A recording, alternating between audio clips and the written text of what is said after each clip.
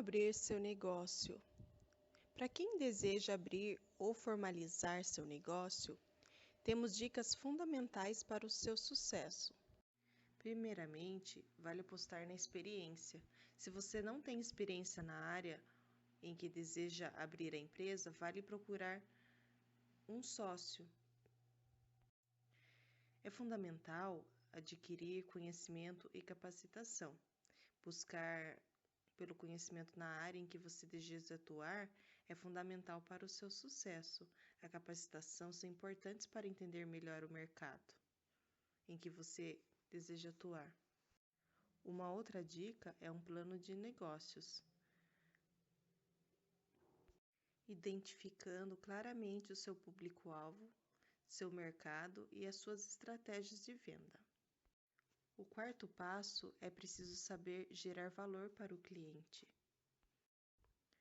Para você obter destaque em um mercado com tantos concorrentes, você precisa levar em conta a importância de ter um diferencial e gerar algum valor para o cliente. Outra dica é acertar nos investimentos. Geralmente, o empresário possui capital necessário para o investimento, mas tem dificuldade de identificar a forma correta onde deve investir. Uma outra dica é preciso manter o capital de giro suficiente. Antes de você iniciar as atividades, é fundamental ter em mãos pelo menos o dinheiro suficiente para manter as despesas gerais da empresa por um ano. Outra dica importante é separar as finanças pessoais das finanças da empresa. Outra dica muito importante é controlar a ansiedade. Isso pode causar grandes frustrações, antes mesmo do cliente mais importantes tenham conhecimento de que a sua empresa existe. Não existe resultados antes da hora. Cultura Ofsted. O psicólogo Ofsted concluiu que ao investigar existem diferenças devido às culturas dos empregados. Existem 5 dimensões culturais. A primeira dimensão é a distância ao poder. Essa dimensão dá-se à medida de quanto os membros menos poderosos de uma civilização aceitam e esperam distribuição desigual de poder na sociedade. O Hofstede busca formas para lidar com a questão fundamental de gerir as desigualdades entre os indivíduos. A segunda dimensão é o individual e o coletivo. Essa dimensão leva em consideração a relação entre a individualidade e a coletividade. Aqui mede-se até que ponto as pessoas sentem que têm que tomar conta somente de si própria ou de suas famílias e das organizações a que pertencem. Essa dimensão avalia se as organizações sociais são mais coletivas ou individuais. São características comuns das culturas coletivistas. No foco, nós. Relacionamentos são mais importantes do que as tarefas. Cumprir as obrigações impostas pelo grupo é fundamental. Manter a harmonia e evitar o confronto direto é imperativo. A terceira dimensão é sobre masculinidade e feminilidade. A dimensão que mede em diferentes culturas o grau de prevalência de valores comumente associados ao gênero masculino ou ao gênero feminino. No primeiro grupo temos a agressividade, a busca por patrimônio e a competitividade. Já entre os valores femininos, podemos citar a valorização pelos relacionamentos, a sensibilidade e a preocupação com o bem-estar dos outros. As características comuns das culturas femininas são o foco em qualidade de vida, prazer pelas atividades pequenas e lendas, compaixão para com os menos afortunados, resolução de conflitos por meio de do compromisso e da negociação. As características comuns das culturas masculinas, no caso, são o foco na ambição, viver para trabalhar, admiração pelo sucesso, resolução de conflitos de modo a permitir que os mais fortes ganhem. A quarta dimensão é evitar a incerteza, onde reflete o sentimento de desconforto ou insegurança que as pessoas demonstram diante de riscos e imprevistos. A quinta dimensão é a orientação ao longo prazo e ao curto prazo. Hofstede indica em qual medida uma sociedade baseia as suas tradições sobre os acontecimentos do passado ou do presente, sobre os benefícios apresentados, ou seja, ainda sobre o que é desejável para o futuro. A dimensão cultural versus a internacionalização, podemos dizer que as distâncias culturais ainda trazem muitos desafios para as empresas que decidem se internacionalizar. Quanto for maior a distância, maiores são as diferenças nas práticas organizacionais, administrativas e nas tentativas de interpretar e responder às questões estratégicas. Em observação ao índice de complexidade elaborado pelas teorias de Hofstede entre Brasil e Reino Unido, observamos que há uma distância considerável entre os britânicos e os brasileiros, um alto nível de individualismo entre seus cidadãos, os cidadãos britânicos comparados aos cidadãos brasileiros, um nível de masculinidade um pouco elevado entre britânicos e brasileiros. Em relação a incertezas, os brasileiros possuem um nível de incerteza maior que os britânicos. Isso é explicado devido a possuírem uma moeda antifrágil e uma economia forte. Em consciência de conceitos a longo prazo, os britânicos eles possuem uma leve vantagem e em níveis de indulgência possui também uma leve vantagem comparado aos brasileiros. Referente à distância ao poder, isso verifica que muitos britânicos eles são avessos à atual política parlamentarista e também o próprio sistema de monarquia que está presente no Reino Unido. E o individualismo é forte também devido aos seus cidadãos eles serem muito focados no capitalismo. Grã-Bretanha é uma ilha formada pelos países de Gales, Escócia e Inglaterra. Sendo assim, é uma região constituída por países que compõem o Reino Unido. O Reino Unido se caracteriza como um Estado, sendo que a administração é feita pela Inglaterra com participação dos demais países que compõem o Reino Britânico. Sendo assim, países de Gales e Escócia estão na Grã-Bretanha. Além disso, a Grã-Bretanha mais a Irlanda do Norte formam o Reino Unido, administrado pela Inglaterra e os outros governos.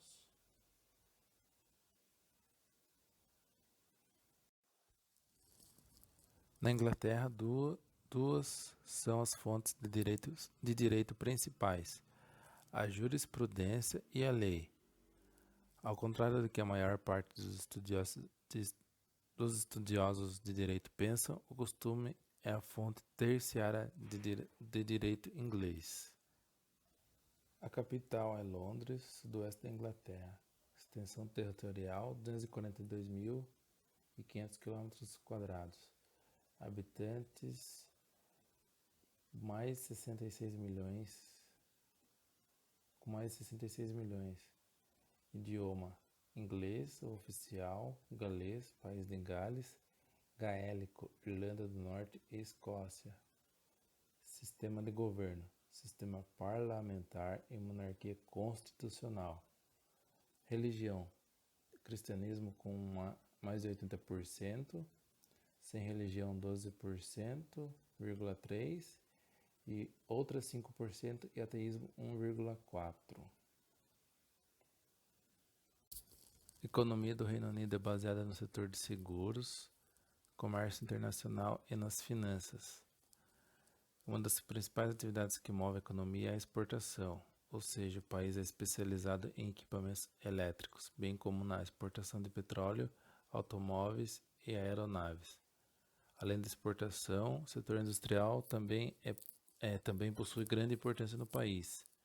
As principais indústrias são de papel e indústria do ramo editorial, como jornais, livros e revistas. Além disso, a agricultura possui espaço na economia do país. O Reino Unido produz cevada, trigo, batata e beterraba açucareira. Já na produção animal, o país possui rebanhos bovinos, de ovelhas e suínos. Reino Unido é um país formado por 4 partes: Inglaterra, Escócia, País de Gales e Irlanda do Norte. O país está localizado na parte ocidental da Europa, onde as principais fronteiras estão próximas à Irlanda do Norte e as demais no Oceano Atlântico, Mar do Norte, Canal da Mancha e Mar da Irlanda. Também chamado de Grã-Bretanha, o país possui uma forma de governo baseada no sistema parlamentar e monarquia constitucional. Além disso, possui como chefe de Estado Elizabeth II, rainha do Reino Unido, e de mais 15 estados independentes. Uma outra importante curiosidade a respeito do direito inglês diz respeito ao poder judiciário, que é independente, ou seja, atua sozinho, independente de outros poderes como o legislativo ou executivo. A independência do judiciário é uma das mais eficientes maneiras de se conseguir eficiência nas decisões, pois é possível agir sozinho, sem influência de um legislativo a todo momento criando e recriando leis, ou de um executivo que interfira em atos decisivos. Mas é preciso atentar para o fato de que o judiciário inglês é muito pouco democrático, visto que os juízes que são os que elaboram as leis, não são eleitos pelo povo. Na Constituição da Inglaterra não existe um único documento escrito. Muitas vezes se nota a incomodidade na hora de encontrar os princípios fundamentais de direito. O judiciário na Inglaterra está dividido em jurisdições superiores e jurisdições inferiores. As jurisdições superiores subdividem em 2 órgãos de cúpula: a Câmara dos Lords e a Supreme Court of Judicature.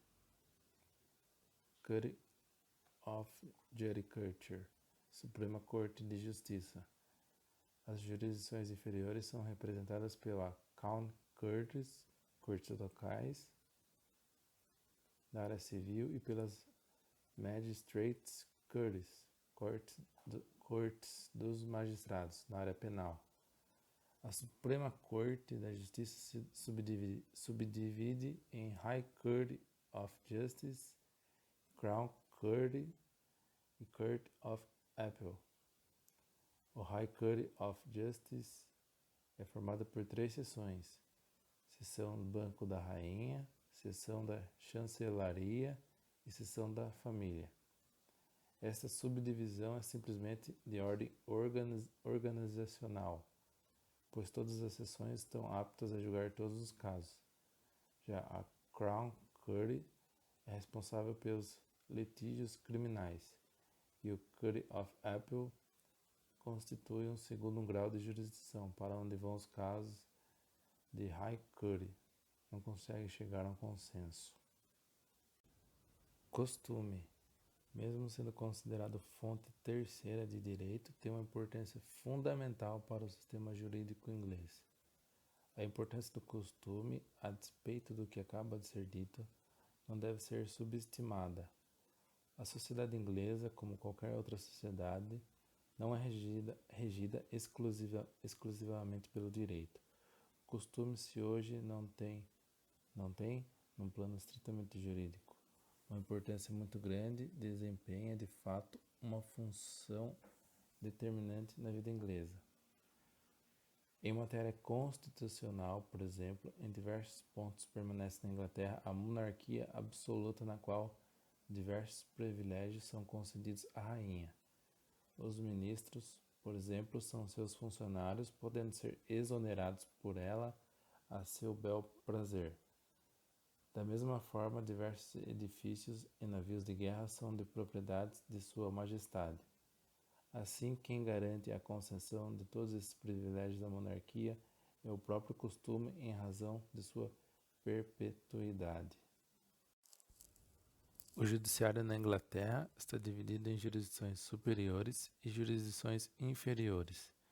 As jurisdições superiores se subdividem em dois órgãos de cúpula, a Câmara dos Lords e a Supreme Court of Judicature, Suprema Corte de Justiça. As jurisdições inferiores são representadas pela Crown Courts, cortes locais, na área civil e pelas Magistrates Courts, cortes dos magistrados, na área penal. A Suprema Corte de Justiça se subdivide em High Court of Justice e Crown Court e Court of Appeal. O High Court of Justice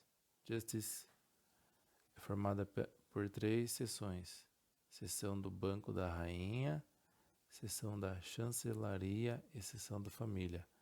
Esta subdivisão é simplesmente de ordem organizacional, pois todas as seções estão aptas a julgar todos os casos. Já a Crown Court é responsável pelos litígios criminais, e o Court of Appeal constitui um segundo grau de jurisdição, para onde vão os casos de High Court, onde não consegue chegar a um consenso. Aquilo que não é resolvido no Court of Appeal é enviado para a Câmara dos Lords, através de um comitê de apelação. A Câmara dos Lords se limita a tomar apenas 30 a 40 decisões por ano. Entre os Lords, os únicos habilitados a julgar são o Lord Chancellor, que preside a Câmara, e os Lords de Direito, os quais são em número de 11.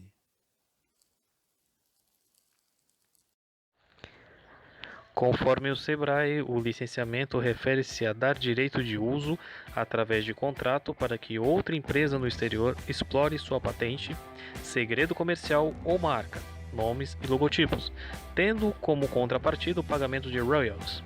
Um dos maiores exemplos é a Coca-Cola, que licencia sua marca para empresas em diversos países utilizarem em camisetas, copos, canecas e etc.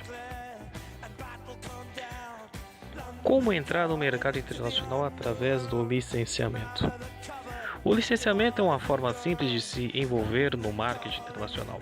O licenciador emite uma autorização para uma empresa externa para utilizar-se de um processo produtivo, marca registrada, patente de segredo comercial ou qualquer outro item de valor sob a condição do pagamento de uma taxa ou royalty. O licenciador consegue entrada em um novo mercado bom, baixíssimo risco, e, além disso, o licenciado conquista a expertise da produção de um produto ou marca bastante conhecidos. De acordo com Kotler e Keller, que fizeram alguns estudos no ano de 2006, eles afirmam que o licenciamento possui algumas desvantagens em potencial. O licenciador tem menos controle sobre o licenciado do que sobre suas próprias instalações de produção e vendas. E mais, se o licenciado tiver muito sucesso, a firma vai ter desistido daquele lucro. E quando o contrato acabar, poderá descobrir que criou um concorrente. Então, para evitar esse tipo de situação, o licenciador normalmente mantém-se como o único fornecedor de alguns ingredientes. Um exemplo é o McDonald's e a Coca-Cola.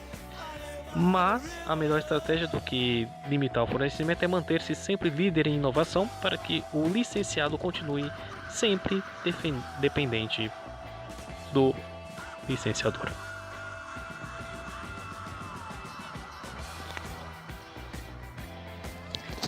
Em comparação às exportações entre Brasil e Reino Unido no aspecto industrial, nas exportações do principal produto, que são os metalúrgicos não ferrosos, houve uma redução de 48% no período que corresponde entre 2011 a 2020.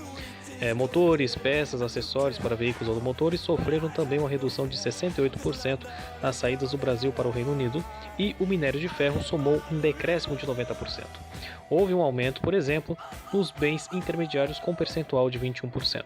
Por outro lado, nas importações de produtos siderúrgicos e de embarcações, locomotivas e material ferroviário ocorreu entre 2011 a 2020 um crescimento de 1.034% e 551% respectivamente. Isso evidencia que é importante para o Brasil buscar mais espaço no mercado britânico com o objetivo de equilibrar melhor a balança comercial. Em relação ao comércio internacional, há uma certa defesa entre o governo britânico e o governo brasileiro para o fortalecimento do sistema multilateral de comércio envolvendo ambos os países e também promover uma reforma abrangente na Organização Mundial do Comércio, como meio para promover o investimento global e assim também aumentar a produtividade. A Secretaria Britânica afirma também que atualmente há um maior espaço para cooperação bilateral entre ambos os países na OMC em temas como compras governamentais, comércio eletrônico e também a facilitação de investimentos num momento em que o Reino Unido passa por ter esse assento próprio nas organizações após a saída do Reino Unido da União Europeia, que foi conhecido como Brexit.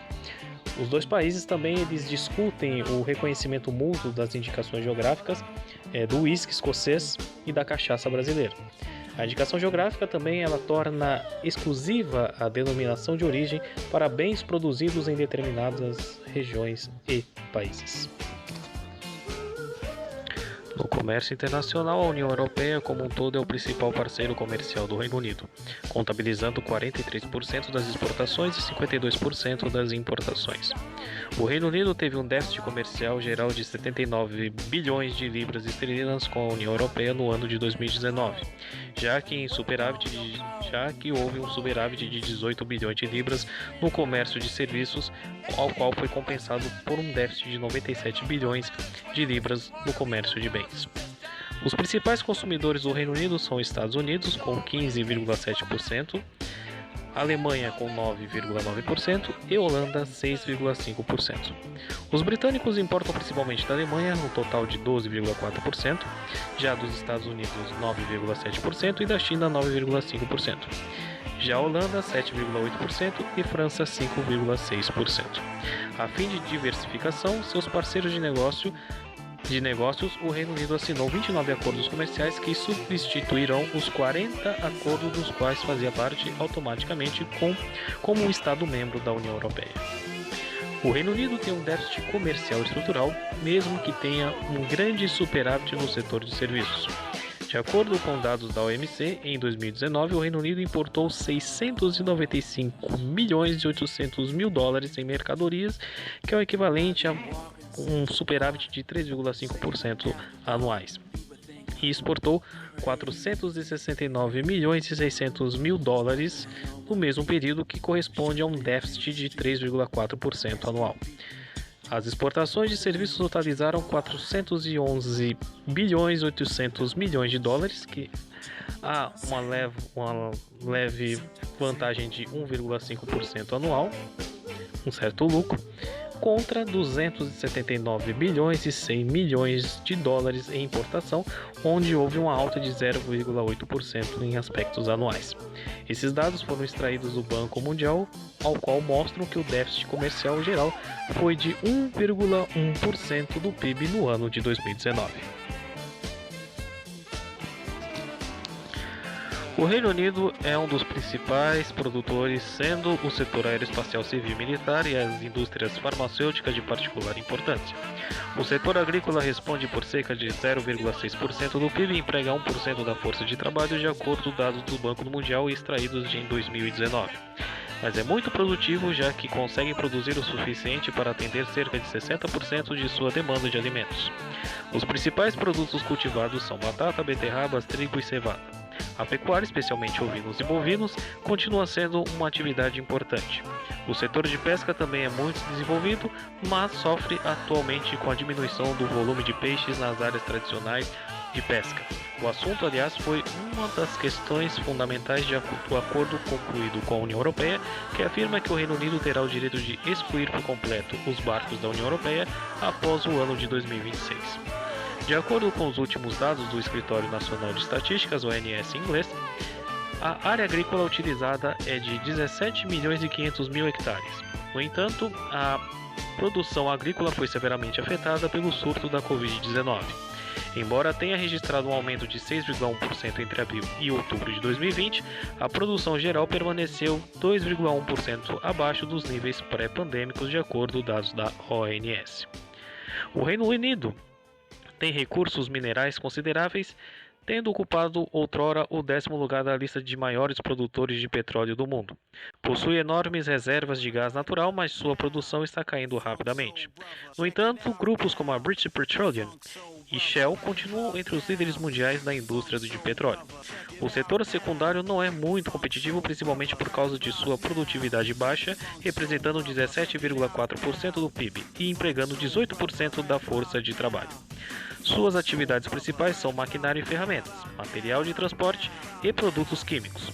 Os setores com bom potencial são tecnologias de informação e comunicação, biotecnologia, aeronáutica, defesa e energias renováveis. 2020 foi um ano difícil para o setor secundário do Reino Unido. Dados da ONS mostram que no final de outubro a produção manufatureira permaneceu 6,6% abaixo dos níveis de fevereiro de 2020. O mesmo que a produção da construção, que houve uma retração de 6,4%, com as indústrias de produção como um todo permanecendo 4,4% abaixo de seu nível de fevereiro de 2020. O setor de serviços, que emprega quase 81% da população ativa e representa cerca de 71,3% do PIB, é a força motriz da economia. Mesmo com o Brexit, Londres continua sendo o maior mercado financeiro da Europa, em pé de igualdade com Nova York, e também é sede de muitas multinacionais. O setor bancário é extremamente dinâmico, assim como o setor de turismo, que é responsável por 10% do PIB. No entanto, o setor terciário não foi exceção à crise provocada pela pandemia, com a produção total de serviços permanecendo em outubro de 2020 em 8,6% abaixo do nível registrado em fevereiro do ano anterior. Entre os setores mais afetados estão as agências de viagens, artes e entretenimento, serviços de hospedagem e fusões e aquisições, que ainda estavam mais de 50% abaixo do nível pré-pandêmico, conforme dados da ONS. Um exemplo recente de licenciamento internacional foi o que ocorreu entre o Google, que fez acordos de licenciamento com mais de 600 empresas de notícias no mundo. O Google fechou acordos de licenciamento de conteúdo com mais de 600 empresas de notícias no mundo e está vendo também um grande aumento de usuários solicitando mais conteúdo de publicações específicas como parte do novo programa da empresa, um programa chamado New Showcase, de acordo com afirmações feitas pela própria empresa. O Google também continua negociando com outras empresas para investir cerca de $1 bilhão nesse programa de licenciamento. O programa visa o ano de até 2023, onde demandará esforços do Google para investir em uma indústria que culpa os gigantes da tecnologia por se aprimorarem de sua receita de publicidade. Combinados, Facebook e o Google controlam mais da metade do mercado da propaganda digital. Publishers de uma dúzia de países concordam em licenciar conteúdo. Os usuários podem ver o conteúdo que faz parte de acordo na Austrália, Argentina, Brasil, Alemanha e o próprio Reino Unido, com a adesão da Itália, onde há esse tipo de licenciamento. Então, o Google é um exemplo de um licenciamento global, ao qual há o pagamento de royalties, e uma forma de inserir-se no mercado local sem muitos custos e tendo uma parceira que possui já o know-how para essa inserção.